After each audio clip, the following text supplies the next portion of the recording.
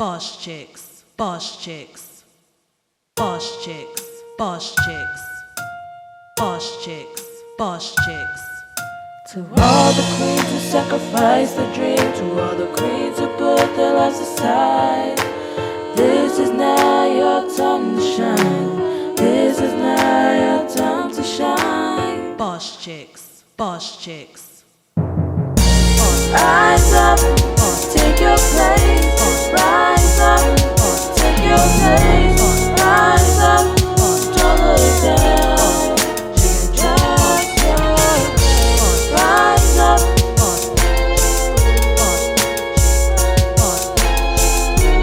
Rise up.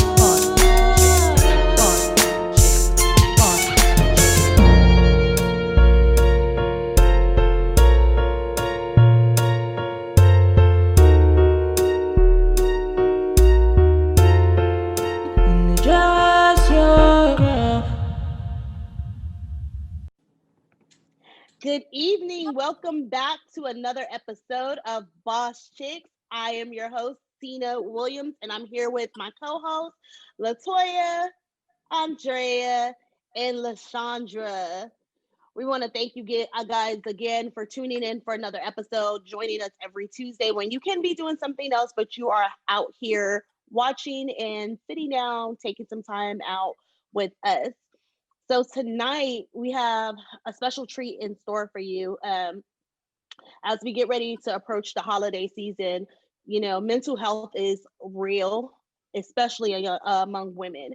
So we have April that's going to be coming on talking to us about the importance of mental health and bringing awareness to something that pretty much society kind of brushes under the table. You know, they don't really want to deal with mental health issues. So she's going to be coming on to talk to us some about that.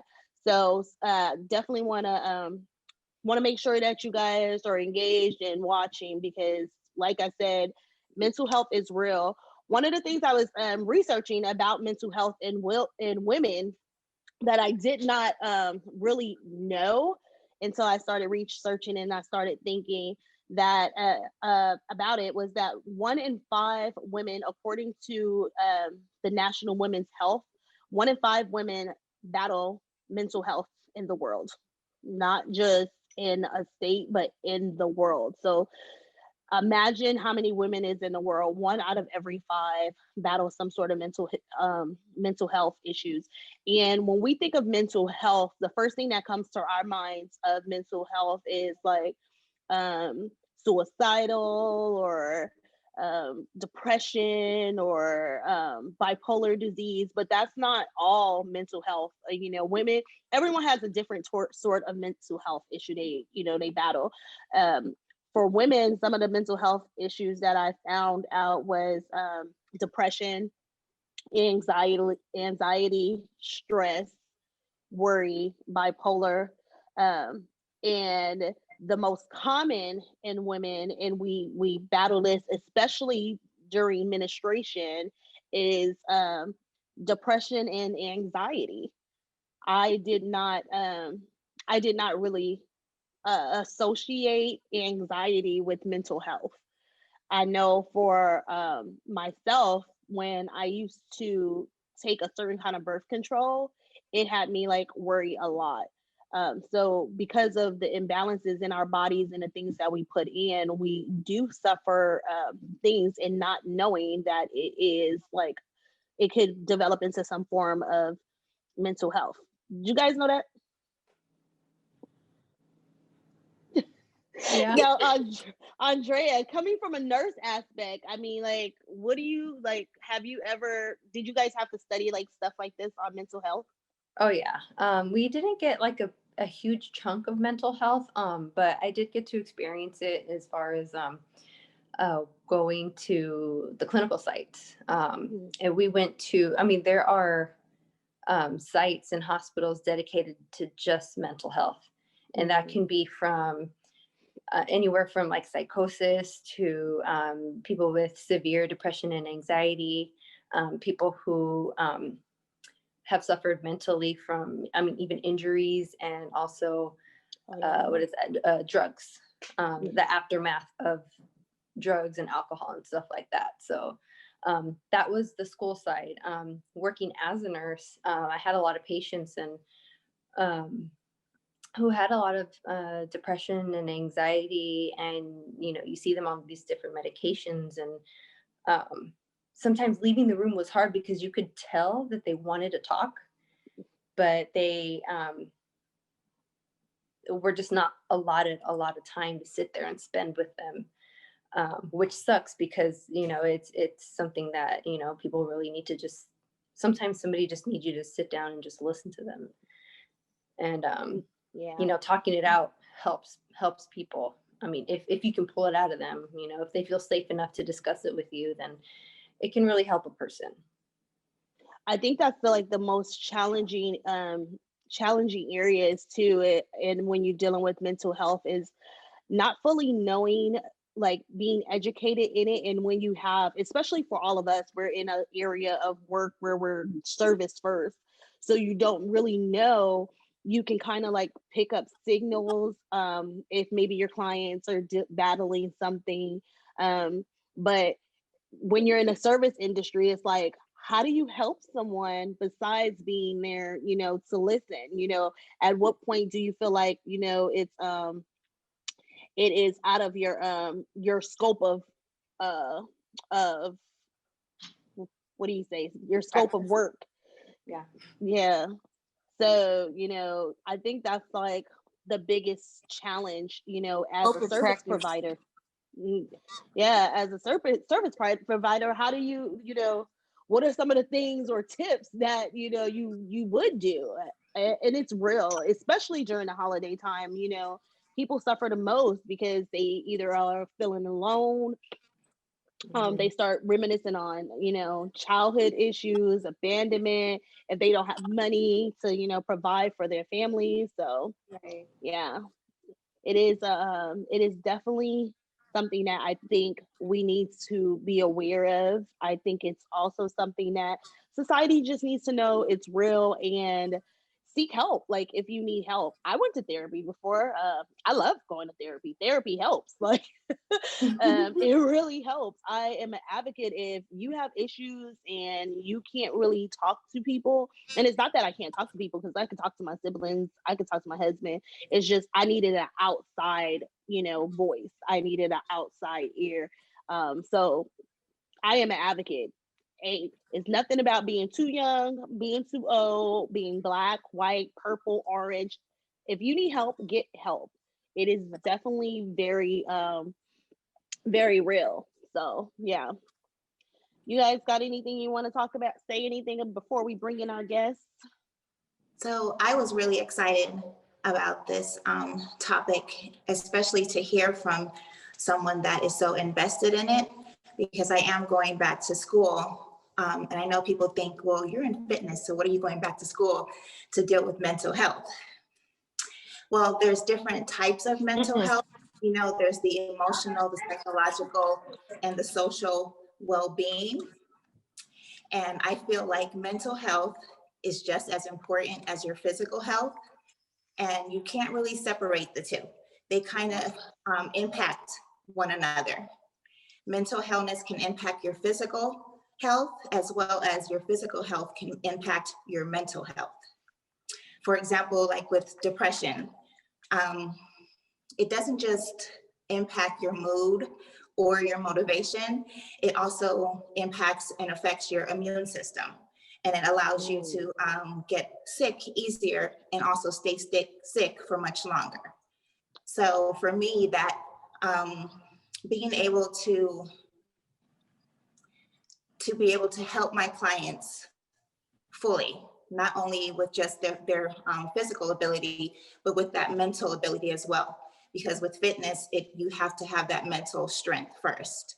So being able to be physically fit also depends on your nutrition as well. So me going back to school for that is very important. And so I'm really, really excited about getting some more information from our host tonight. That's really good. I'm excited for you that I am to be able to not just help yourself, but to bring awareness to your clients, because like we said, we're service people. So the more we learn, the more we're able, to help the people that we're servicing. So that's really good. Kudos to you. Much power, energy, and love to you as you endeavor in this extra learning. So, do anybody have anything else before we bring in our guests? No, All I right, think I'm excited to hear from April. I am Yeah, I'm too. excited to hear from her too. So, without further ado, we're going to go ahead and bring in April. She is the owner and founder of Open Heart Leaders, located here in San Diego, California.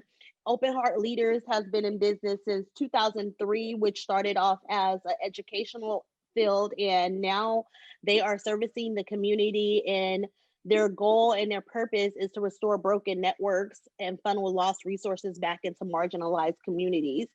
She focuses on mental health. She deals a lot with youth, mothers, young mothers, single moms. Um, I've been to countless events that she's hosted, as far as trying to bring the community together, but not just with women, but men as well, because men battle too. So she has a really good and heart and passion for restoring and making sure we're well-rounded mind, body, and soul. So we're gonna go ahead and bring in April. April, welcome. Hi. Thank you for joining us tonight. Everyone is excited to listen to you and learn from you about the importance of mental health and what we can do, to help, as service providers. So we're going to go ahead and let you take the floor. We already introduced you, girl, all that good stuff. So go ahead and take us away. So basically, from my understanding, you really just wanted key elements. So what I've realized as a mental health provider during this pandemic is everybody's life has elevated to a level that they never experienced, right? Parenting has had to now become like parenting times 1,000. Work, navigating through many systems that a lot of us really didn't have parts of playing in and building those systems, but people are expecting us to navigate through them, right? And so as a essential worker and a mental health provider, the first thing that I know I've been telling a lot of my clients is examine your reality. Like examine your reality. Often when we're so busy, we can negate a lot of the things that we're supposed to set and make priorities because life is just going. Well, this pandemic has forced people to slow down and really take a look at what's in front of them. So if any advice, the first thing giving clients is I tell them examine your reality. And in examining your reality, you set your priorities way different than what they were when you were just on go mode. So now examining priorities may look like I didn't realize I was feeding my kids all this junk food or all this processed food, right? Their moods have changed, their behaviors have changed, stuff going all out of whack. My husband's putting on more weight, my wife is putting on more weight, things of that nature. My health is declining. This time has also have many people operating in panic mode. That is the most dangerous mode to operate life in panic mode. Operating in panic mode will cause people to make very hasty decisions and very just the fiber of who they are. The human mind and the human heart is so complex, and when we add panic on top of that, we start to negotiate with our morals and our values and the very systems that build us to be a whole person. And so from a mental health standpoint, a lot of people are dealing with isolation. A lot of people are dealing with harsh realities that support may not necessarily really be the support they thought they had. People have to understand the difference between help and support, right? There are a lot of people that can support you. I can support you from across the United States. oh, Sena, I support you, girl. I'm praying for you. I'm there with you in spirit. But help is different versus Sena. I'm coming over to the house, girl. I'm a sweep, mop, vacuum. I'm gonna go get the kids this for you so you can have a little more time to take a nap. Or you and your husband, you Reggie, can get out and I'll watch the kids. Big difference from support and help. And I think that this pandemic has just from a mental standpoint, has allowed people to truly define the boundaries and define the ramifications of what they necessarily need in life. And so examining yourself from a standpoint of reality is the first step to take right now. And truth be told, that reality for some may be more excruciating and more pivotal for some than it is for others. Some people have had to let go of some things during this pandemic that were not necessarily healthy for them, whether it been from a mental standpoint, a spiritual standpoint, a financial standpoint, um, a physical standpoint. And I think this is, the world views it right now as one of the most harsh pandemics, but I view it from, a different angle. I view it as the world's way of saying, I need to give you guys a snap of real reality before things really get to where it got to get. And if you can withstand right now with still some sort of assistance or some sort of backing, what happens when everything gets taken away? You know what I mean? So I think right now, this is the phase of where we are separating those who talk about it versus those who really are about it. And that's smart. That's good. So, like, with the pandemic and the stress of people being home and during the season dealing with isolation, like you said, anxiety, they're dealing with so many boundaries. What are some tips that you would have, or how would you say, okay, let's let before we get to the tips, what advice would you give to us as service industry people, because you deal with clientele like this. I'm in the area of real estate and with childcare, so you're dealing with parents who are coming to you and overwork. Latoya is dealing with fitness, so you're dealing with the men and women who are eating during this time. Lashondra she's in the the healthcare aspect, and some people are not taking care of them. You stress is written all over people's face, when mine too. That Eggs get serious. Andrea is the creative part of it. What would you give to us when we come into contact with these people and we are feeling like maybe they are battling something? And like in my area of work, I can't self-diagnose. We talked about this the other day, April. Like it is against state board's policy for me to self-diagnose, although I know based off of my experience and my expertise and my sense of discernment, but I can't do that. So what would we do when we can't diagnose, but we do have those strong feelings like this person needs something more? What advice would you give to us? Put the people that you feel really need to be diagnosed or there, you put them in alignment with those who can legally diagnose. People like me who can actually, by the California State Board, diagnose, like, yeah, Sena, they for real 5150. And I'm going to go ahead and slide over this referral to my psychologist so we can get that baby on some medication, or so I think, and it's good that you say that. During this pandemic, I done met so many Facebook lawyers, doctors, health and fitness wellness. Like, I didn't even know you, when you start doing that, and and people trying to tell in my lane, and I'm like, oh yeah, so you went to school with me. Oh no, never went to school for that. You just you just know that your husband's bipolar. Give me like the Dr. Dre. give me the symptoms so I can understand. Well, he just crazy, girl. He won't let me spend all the money I'm trying to spend. It's like, got it. So he's bipolar because you not getting your way. You sure you're not borderline? I mean, we can, but no, I think the best thing to do is there's ways that people can subtly get people to understand they may need additional services or needs. And sometimes it may not be presenting it as if it's a need for them, but presenting it as if it's like a thing we all doing.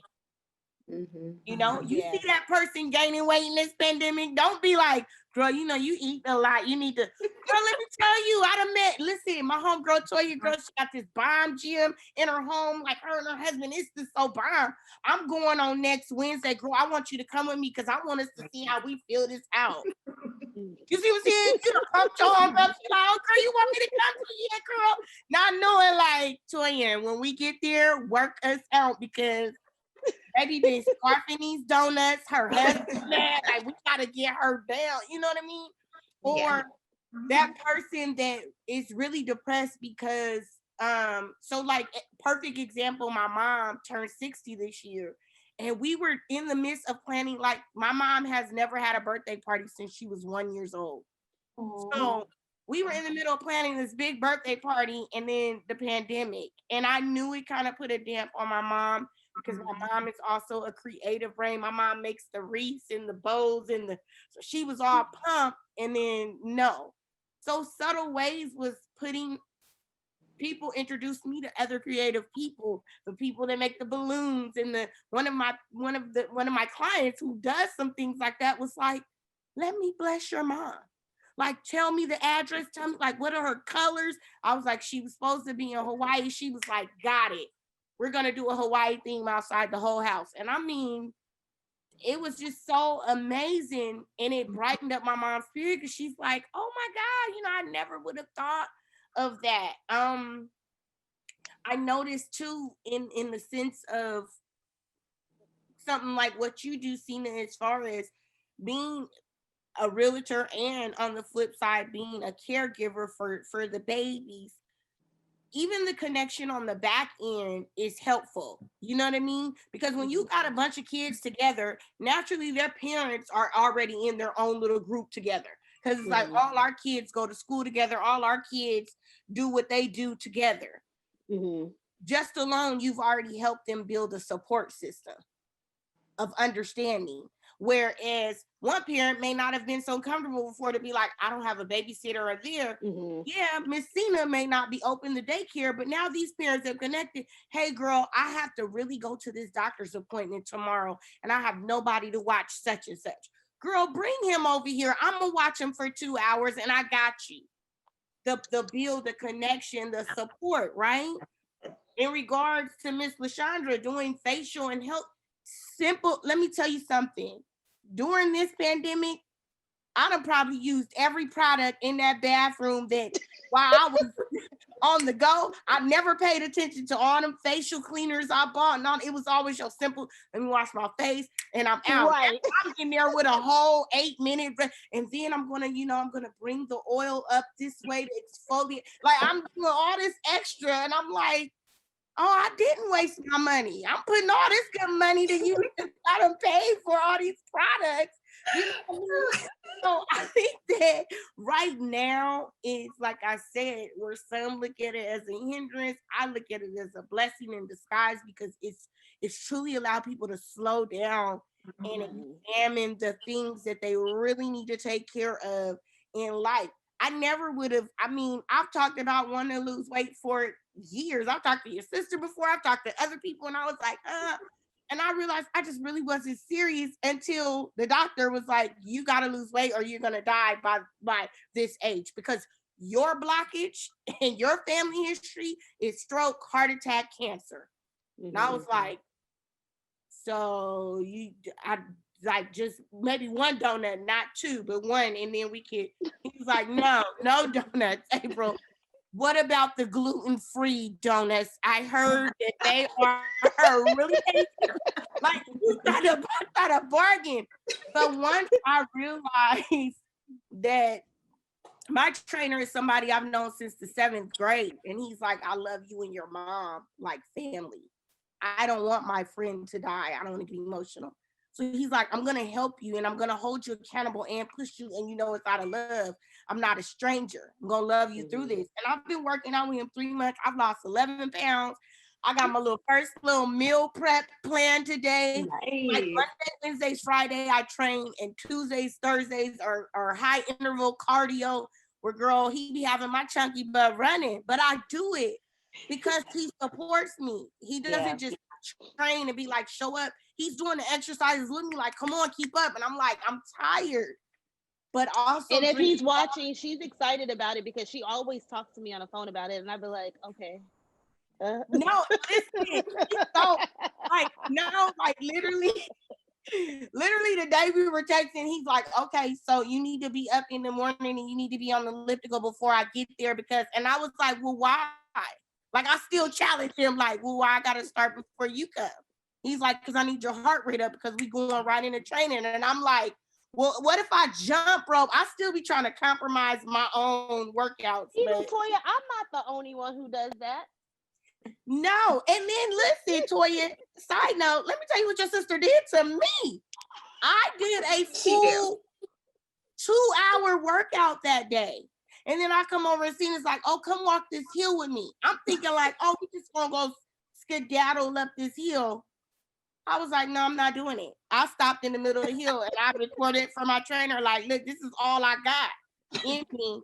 But I'm not doing that. And he was like, well, I'm proud of you. You did 2 hours of workout and you did that. But the whole point stopped in the middle of the hill.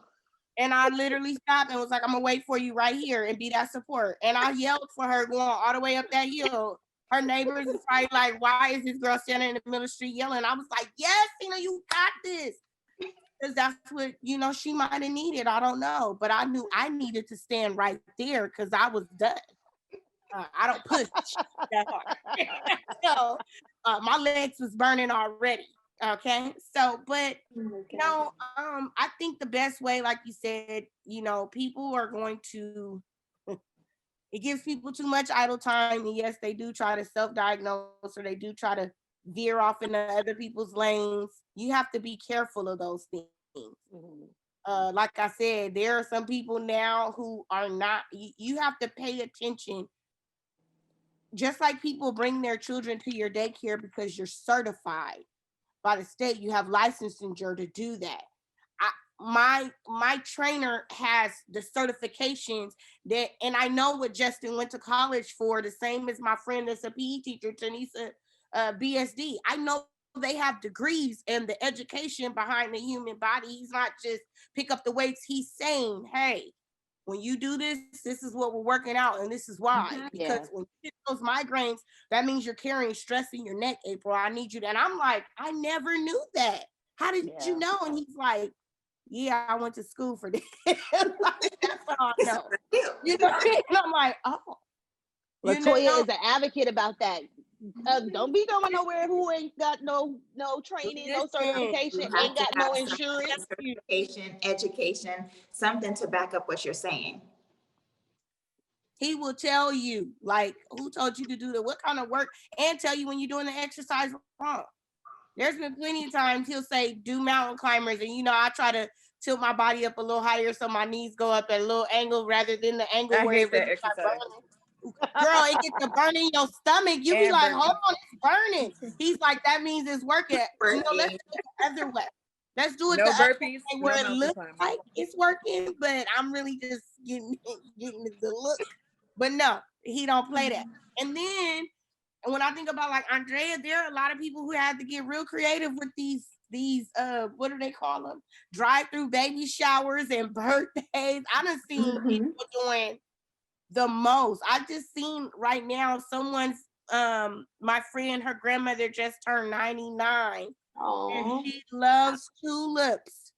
So they made flower tulips like out of the paper, and they put them all on the porch, on the yard, on the. That's so pretty. And she just cried. All the neighbors brung a flower so that the family went around the neighborhood. They're gonna put a tulip for there, and then they got to put the cards and the thing of why they love and appreciate her. And I'm like, that's a creative mind. Cause my butt would have been like, can we order some tulips online and mom just deliver them? Get the delivery man, leave them on the porch. She'll get them. You know what I mean? Like that would be me. That's still nice. But for somebody to say, hey, I want everybody in the neighborhood to bring a tulip for all the years she's lived. She had 99 tulips on her porch.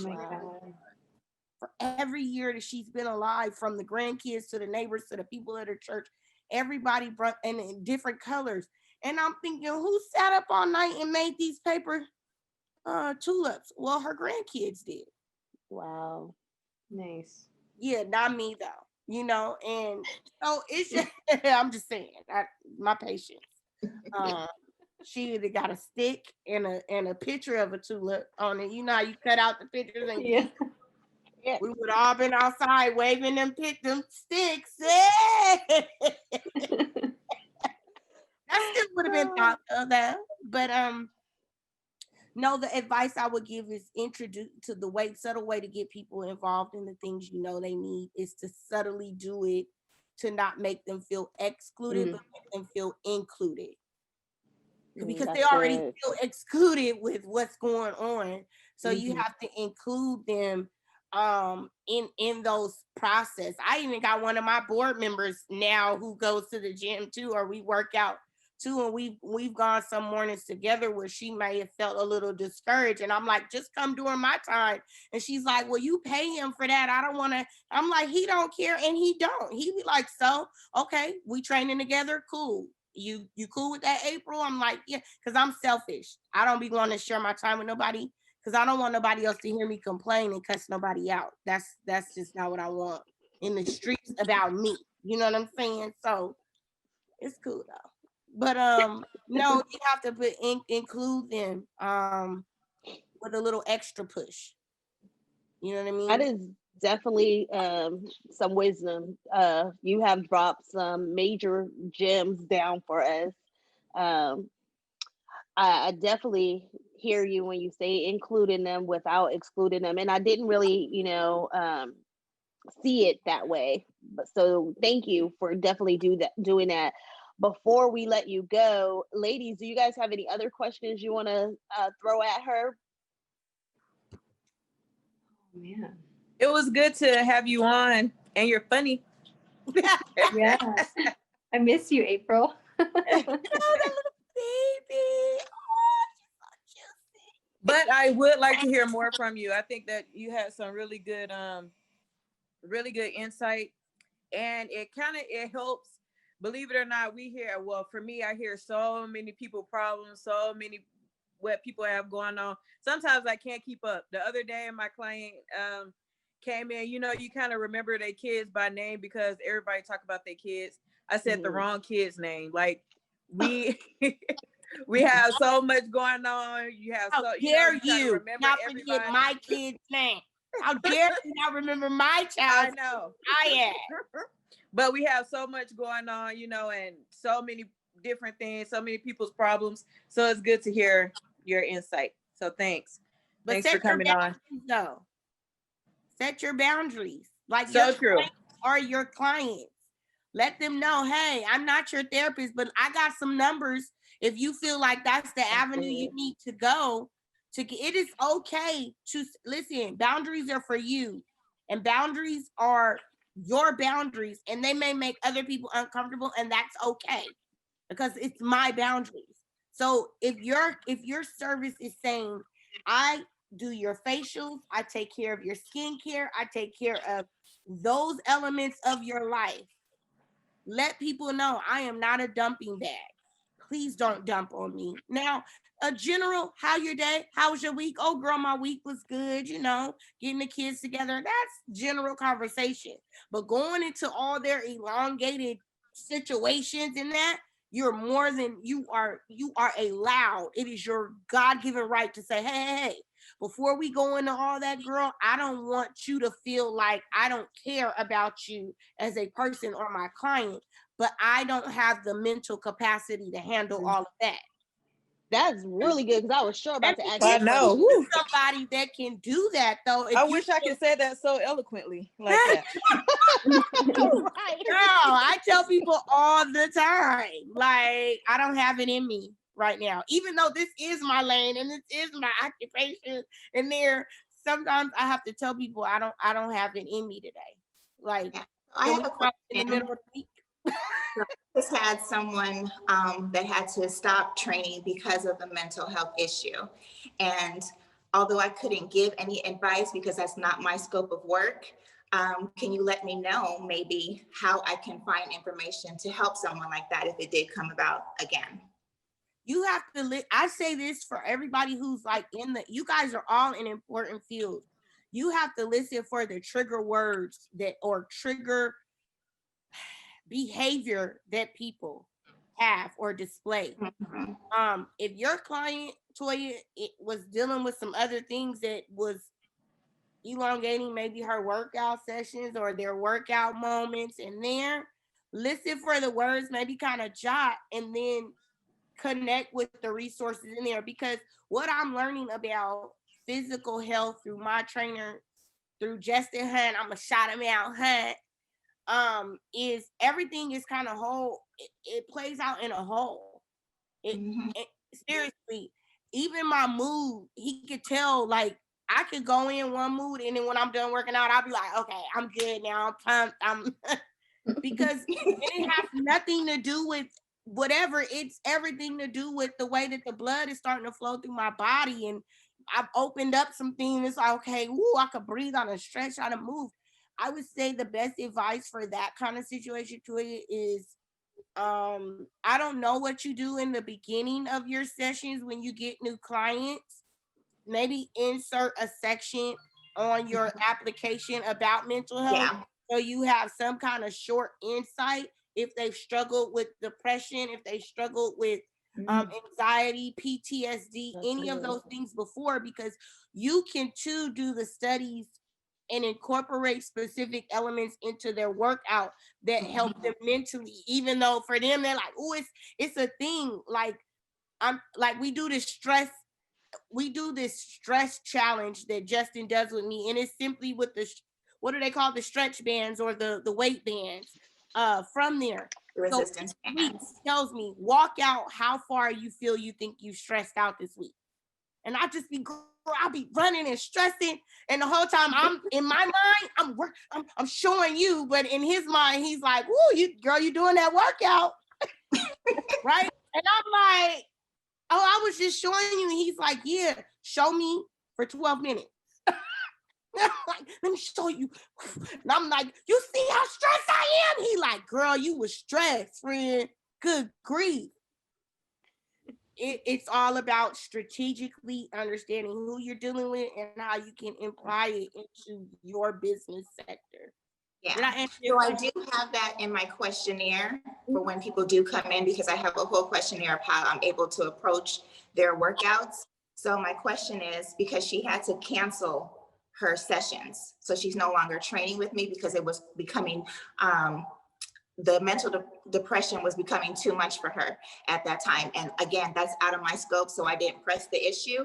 But where can I direct her if she needed that extra help, since it is out of my scope at this time? At this point, she would need to get with a mental health provider. Mm-hmm. She would need to pinpoint the root cause of the depression, because what's happening is she's allowing her depression to literally handicap her. Mm-hmm. It's starting to enable other aspects of her life. So now her mental depression is hindering her physical progress. It'll hinder eventually probably other things. It's probably affecting her with work. It's probably affecting her in her, relationships, personal or however. You can get people to kind of see what they're going through by putting it into that way. And then maybe not make her feel like she has to completely give up on the physical. Because a lot of times people that struggle with depression often deal with isolation. They don't feel supported. And so I would say, as her trainer, maybe understanding that the capacity she was working out with you before may have been too much, and maybe simply just saying like, hey, do you have a heavy water jug at home? All right, I'm gonna FaceTime you, and while we're talking, girl, you're gonna lift this water jug up just like this, but we're gonna talk. I just simply want to know how your day, because in her mind, it's either all in or not in when people Yeah. deal with certain levels of depression. You have to get her to understand her balance is slow progress. And so I would say, if you're dealing with a client like that, still include her, but at her level. Maybe she doesn't come to Correct. the house.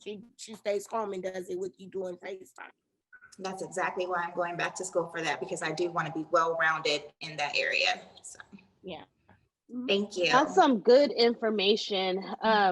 April, if Mm-hmm. I had a client,